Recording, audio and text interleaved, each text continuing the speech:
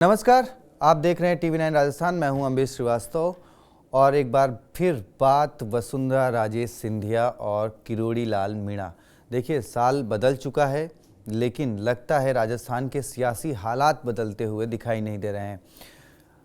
पिछले साल दिसंबर महीने में जो पूर्व मुख्यमंत्री राजस्थान की हैं, बीजेपी की उपाध्यक्ष हैं, कद्दावर नेता हैं, वो जिस तरीके से दिल्ली आती हैं, प्रधानमंत्री मोदी से मिलती हैं, अमित शाह जी से मिलती हैं और उनकी जिस तरीके से वो जयपुर में जब पीएम मोदी का कार्यक्रम था वहाँ जिस तरीके से वो मंच पर दिखाई पड़ी और उनके जो हाव भाव रहे, तो उससे कुछ सियासी चर्चाएं होने लगी कि नए साल में राज्य के लिए कुछ अच्छा होने वाला है।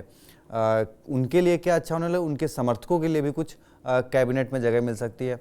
अब इधर आज किरोड़ी लाल मीणा जो कि खुद मंत्री हैं राजस्थान सरकार में, वो दिल्ली पहुंचे हैं। उन्होंने गृह मंत्री अमित शाह से मुलाकात करी।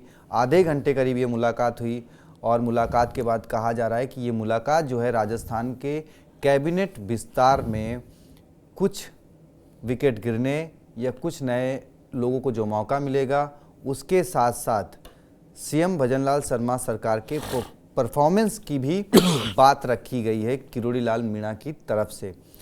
क्या कुछ सियासी गलियारों में अटकलें हैं? दिल्ली से लेकर जयपुर सबकी धड़कनें बढ़ी हुई हैं। क्या कुछ है, समझेंगे अपने senior executive producer Pushkar Chauhan sir से। सर, पहले राजे जी आती हैं, मुलाकात करती हैं तब, और अब किरोड़ी लाल मीणा जब मिल गए हैं तब दिल्ली से जयपुर दोनों तरफ धड़कनें बढ़ी हुई हैं। देखिए, राजनीति में चर्चा हो रही है, अब इसीलिए हो रही क्योंकि अब कहा जा रहा है 1 साल हो गए हैं, जो 6 सीटें खाली हैं उस पर लोग दिए जाएं, माना जा रहा है। देखिए, बजट सत्र से पहले तो मुझे नहीं लग रहा है जो ये मंत्रिमंडल विस्तार होने जा रहा है, मैं आपको स्पष्ट बता दूं। जी सर। और आप इतने सीनियर लेवल पे मिलने गए हैं, नया साल है, मुबारकबाद दी होगी, नए स्टांस की बात हुई होगी। ये ज़रूरी नहीं कि सफाई देने जाए। किरोड़ी लाल मीणा भी एक कद्दावर नेता हैं और लंबे समय से बीजेपी में उन्होंने भी सियासत देखी है। हाँ, अब ये समय उनके लिए टफ है क्योंकि जिस तरीके से वो लगातार सबसे लेटेस्ट 31 तारीख को जो एसआई भर्ती परीक्षा आई, उसके बावजूद कि रद्द नहीं हो रहे हैं और वो शांत है, तो अब उनको जाना है। चक्कर ये है, लगातार तो आप बोल रहे हैं जी। आपने ये देखा होगा, वसुंधरा राजे ने तो अभी तक किसी को बयान दिया नहीं। लेकिन ये बजट सत्र जितना सत्ता पक्ष और विपक्ष में आमने सामने होगा, उससे ज़्यादा अंदर खाने भी बहुत कुछ होना है। और मैं एक बात बता दूं, ये मुलाकात उनकी मंत्रिमंडल विस्तार को लेके नहीं थी, ये मंत्रिमंडल उनकी संगठन में जो 15 जनवरी तक नया प्रदेश अध्यक्ष मिल जाना है उसके लिए थी। प्रदेश अध्यक्ष सर मदन राठौर जी नहीं, वो ये जिला वही जीते। आपने सुना नहीं, मैं राधा मोहन जी ने क्या कहा था? जी, कुछ भी हो सकता है, कुछ भी जीते, मोहर लगेगी ना, तभी तो नई टीम बनेगी। जी जी जी। क्योंकि संगठनात्मक चुनाव हो रहे हैं। अगर मदन राठौर जी चुन लिया गया, कोई नहीं आया सामने लड़ने, तो उन्होंने वही कहा कि मेरी अभी शुभकामनाएं इनको है, लेकिन ये संगठन का चुनाव है, पहले कैसे कहें? 2 और 2 जोड़ने चाहिए। संगठन का जब चुनाव हो रहा हो उस वक्त अभी सत्ता में कुछ चेंज नहीं होगा। हाँ, संगठन का चुनाव हो जाए, उसके बाद जो जीत के आता है वो बने, फिर अध्यक्ष बन जाए, तब ये देखा जाएगा कब किसको संगठन में प्रदेश महासचिव बना दिया जाए, किसको कहाँ एडजस्ट किया जाए। अभी किन किन जगहों पर मजबूती की ज़रूरत है बीजेपी के लिए, किन जगहों पर क्या करना है। तो किरोड़ी लाल मीणा सीनियर आदमी है, अब उनका भी पक्ष लिया गया होगा कि कहाँ। और बीजेपी के सामने इस समय सबसे बड़ी जो 2-3 स्टेट्स हैं, उनमें से राजस्थान एक है जहां दलित और संविधान मुद्दे का असर पड़ा था। तो वहां कौन अध्यक्ष आएगा? अब ये तो आप बताइए, आज तक बीजेपी ने ये नहीं बताया कि सीपी जोशी को फिर इतने कम दिन के लिए क्यों हटाया गया, बनाया क्यों गया। फिर हटाए क्यों गए, अब मदन राठौर जी क्यों आए, फिर ये सारी चीज़ें देखने वाली हैं। चर्चा सर एक ये है कि जो कैबिनेट विस्तार की चर्चा जो राजस्थान के गलियारों में, उसमें कहा जा रहा है कि किरोड़ीलाल मीणा, बाबूलाल खराड़ी, जोराराम कुमावत, ये 3 लोगों की कैबिनेट से छुट्टी, और 3 नाम बता दूं जो सर चर्चा में है। ये किसी के अभी कुछ, ये सब बेकार की पतंगबाजी है सोशल मीडिया की जी। अंदर खाने बात ही नहीं हुई है अभी। मेरी ये नहीं समझ में आता अभी क्यों करेंगे, शानदार बजट पेश करेंगे आके। अब सीएम भजनलाल शर्मा के लिए तो मुश्किल बढ़ा ही रहे ना लगातार किरोड़ीलाल मीणा। कौन? पिछले जब से सरकार बनी है तब से वो लगातार उनके लिए एक उन्होंने 9 तारीख को कर दिया, 11 तारीख को अपने भाषण में बोल दिया कि बहुत बढ़िया काम कर रहे हैं, ऐसा ही भर्ती है। उसके बाद लेकिन 30 दिसंबर को जब वो संभागीय बैठक ले रहे थे तब उन्होंने कहा कि मेरे ऊपर केस जो लगे हैं वो नहीं हटाए। उन्होंने वो कविता शर्मा जो सीआई हैं उनका मैटर उठा दिया। तो अब उनको भी लगता होगा ना भजनलाल घर के बड़े बूढ़े की इज्जत की जाती है, वो ठीक है, उन्होंने उस पर कोई रिएक्ट किया, पार्टी ने कोई रिएक्ट किया, ठीक है, कह दी बात, कह दी अपनी। आपके मुकदमे तो हटते ही हैं, राजनीतिक मुकदमे तो हर नेता जब अपनी पार्टी आती है तो हटते हैं। ये कोई पहली बार थोड़ी ना होगा कि उन्होंने मांग करी। उनका कहना यही है, मुझ पर राजनीतिक उससे मुकदमे लगाए गए हैं, हटाइए। कई मुख्यमंत्रियों के हट गए, पूरा उत्तर प्रदेश में इस पर चर्चा रही जी। लेकिन सर एक चर्चा ये भी, जैसे अब किरोड़ी बाबा मिले तो इससे पहले वसुंधरा राजे जी मिली, तो उसमें यह है कि वो अपने कुछ समर्थित विधायकों को कैबिनेट में चाहती हैं। उसमें एक बड़ा चर्चा में नाम है पुष्पेंद्र सिंह का। अच्छा, क्यों, मुझे ये बताइए,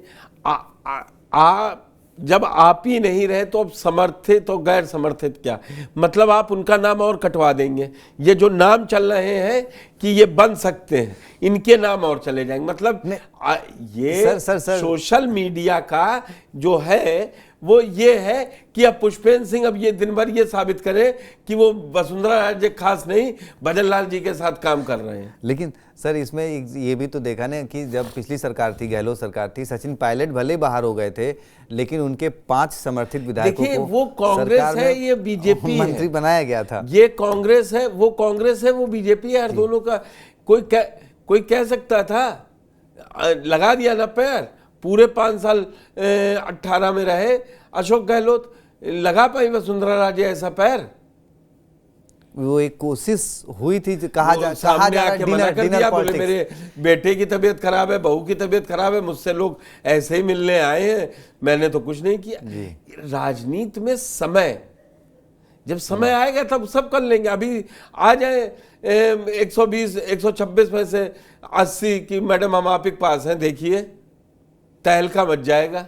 अभी यही सोशल मीडिया बता देगा कि भजनलाल जी ने क्या गलतियां की थी शुरू से आखिरी तक जी। तो ये काइट फ्लाइंग है। मैं अभी भी बता रहा हूं, बीजेपी अभी पूरी तरीके से संगठन के चुनाव पर फोकस्ड है और उसी पे होगा। हो सकता है कि किरोड़ीलाल मीणा जी की इच्छा हो, बताने गए हो कि मैं भी पर्चा दाखिल करूंगा। यह भाई का तो नहीं, क्योंकि अभी तक अब भाई जो फिर ये काइट लोकसभा का टिकट दिलवा रहे थे। चीजों पर कयास नहीं लगाने चाहिए, मैं पहले दिन से कह रहा हूं सर। अब वही वाली बात आएगी कि वो जयपुर में रहते हुए जयपुर की एक कोने में कोटपुतली नहीं जा पाए, 10 दिन में बच्ची मर गई कोई लेकिन वो ये यूनिट टेस्ट और T20 नहीं है, ये 5 साल का सरकार चलती है, उसमें मंत्री कोई और ये कोई वो सरकार नहीं है। तो इस पे भी तो मंत्री जी पे भी फिर यही तो सवाल खड़े होते हैं कि जब आपको अपना फायदा दिखता है तब आप दौसा से जयपुर आ जाते हो, टंकी पे चढ़े लोगों से उतरवाने के लिए आप वहां पहुंच जाते हो।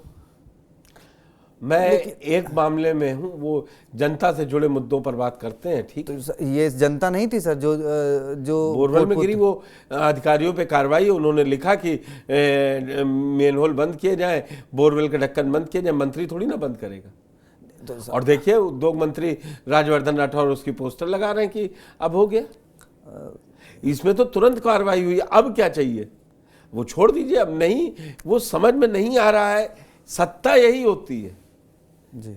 और ये बीजेपी तय करेगी कौन रहेगा कौन नहीं रहेगा, और सबसे बड़ी बात मंत्रिमंडल में कौन रहेगा कौन नहीं रहेगा। संवैधानिक तौर पर हर तरीके से सारे राइट्स सीएम भजनलाल शर्मा जी के पास है। सर चर्चा तो ये भी है ना कि भाई जब वो खुद ऑलरेडी 6 महीने पहले इस्तीफा दे चुके हैं, वो खुद अपने काम को वो कर रहे हैं कि भाई मतलब दाएं बाएं कर रहे हैं, इस्तीफा दे चुके हैं। आप आज की बता रहे हैं, हम 98 बता दें। समता पार्टी से जया जेटली, उमा भारती 98 में, ये लोग रोज इस्तीफा अपना दे आते जाके अटल बिहारी वाजपेयी को। कोई बात हुई, ये लीजिए मेरा इस्तीफा रखा है जी। इस्तीफा कहाँ देना है ये सबको मालूम है। और क्यों दे रहे हैं उसकी वजह है, वो मैसेजिंग होती है जनता में अपने वोटरों को दिखाने की, तुम लोगों ने मुझे हराया, मेरी बात को पूरी नहीं हुई, देखो मैं छोड़ रहा हूं। मगर पार्टी उनको ऐसे संगठनात्मक जो 40 साल उन्होंने अपने भाजपा को दिए उसका वो देखती है। अब ऐसे कल्याण सिंह पार्टी छोड़ चले गए थे, कल्याण सिंह को ना बनाते, आए ना कल्याण सिंह ने एक बार पार्टी छोड़ी, एक बार नई पार्टी बनाई, क्या क्या नहीं किया। मुलायम सिंह के साथ मिलकर अपने सरकार बनवाई और अपने बेटे को मंत्री बनवाया उस सरकार में। कल्याण सिंह, उन कल्याण सिंह के बारे में भाजपा इस समय अभी बता लीजिए, बुलाइए प्रवक्ता, बताइए क्या क्या नहीं कहेंगे। अरे वो श्रद्धे हैं बाबूजी। तो ये राजनीतिक चर्निंग होती है उस समय। इस समय के हालात कुछ और हैं, उनको लग रहा है कि हम अपनी राजनीति कर रहे हैं। चलिए दिल्ली पहुंचे, देखते हैं, इंतजार करते हैं कि दिल्ली मगर नया साल बाबा के लिए ज्यादा संघर्षपूर्ण रहेगा। मैं पहले आपने जब मुझसे बाबा के लिए संघर्ष रहेगा या सिर्फ बाबा कराएंगे संघर्ष? अब ना सरकार में कोई कुछ नहीं है। उनके साथ कभी 2 विधायक देखे, मंत्री जाते हैं वो भी कहते हैं सीनियर है। कभी 2 विधायक देखे, कहीं दौसा, कहीं सवाई माधोपुर जिले, किसी जिले 4 विधायक एक साथ आपने देखे कि उनके साथ खड़े दिख रहे हैं। वो जनता के बीच दावा करते सर, वो तो पब्लिक को लेके बैठ जाएंगे जयपुर में। तो ठीक है, पर पब्लिक तय नहीं करेगी ना मुख्यमंत्री। पब्लिक का टाइम अब 2028 नवंबर में आएगा, वो तब मिले। चलिए तो देखते हैं। बाबा जैसा सर बता रहे हैं कि बाबा के लिए मुश्किल जो है वो 2025 में होनी है। राज्य के लिए तो अच्छा कहेंगे ना। हाँ, अगर उनके 1-2 आदमी एडजस्ट कर लिए जाए या किसी कमेटी में उनके बेटे को भेज दिया जाए तो उनके लिए राजनीति यही है। राजनीति हमेशा जो अभी सब विजुअल में चल रहा था, ये हमें आपको लगता है कि राजनीति में हर समय कुर्सी होनी चाहिए। हर समय कुर्सी एक के पास नहीं रह सकती। नहीं सर, अब वो जो एक बॉडी लैंग्वेज थी इस बार जो पीएम मोदी की, उसमें बड़ी अच्छी थी इस बार, ट्वीट किए, ठीक है, अब उसका रिजल्ट आने दीजिए जी। तो वही कि क्या कुछ अच्छी खबर मिल गई है उनको भाई। 3 मुख्यमंत्री बदले गए, शिवराज सिंह चौहान पुरस्कृत हो गए, वो केंद्र में बुला लिए गए। रमन सिंह को स्पीकर बना दिया गया वहां का।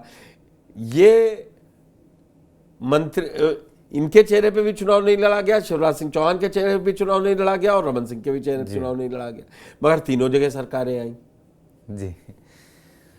चलिए तो देखते हैं कि क्या होता है। किरोड़ी बाबा दिल्ली में थे, मुलाकात हुई है, राजेश जी की पहले मुलाकात हो चुकी है। अब देखते हैं कैबिनेट विस्तार में किसका प्रभाव ज़्यादा दिखता है, कौन अंदर होता है, कौन बाहर जाता है। जो भी खबर आएगी सबसे पहले TV9 राजस्थान पर आपको देखने को मिलेगी। तो चैनल को देखते रहिए। बाकी चैनल देखने के लिए बहुत बहुत शुक्रिया, धन्यवाद।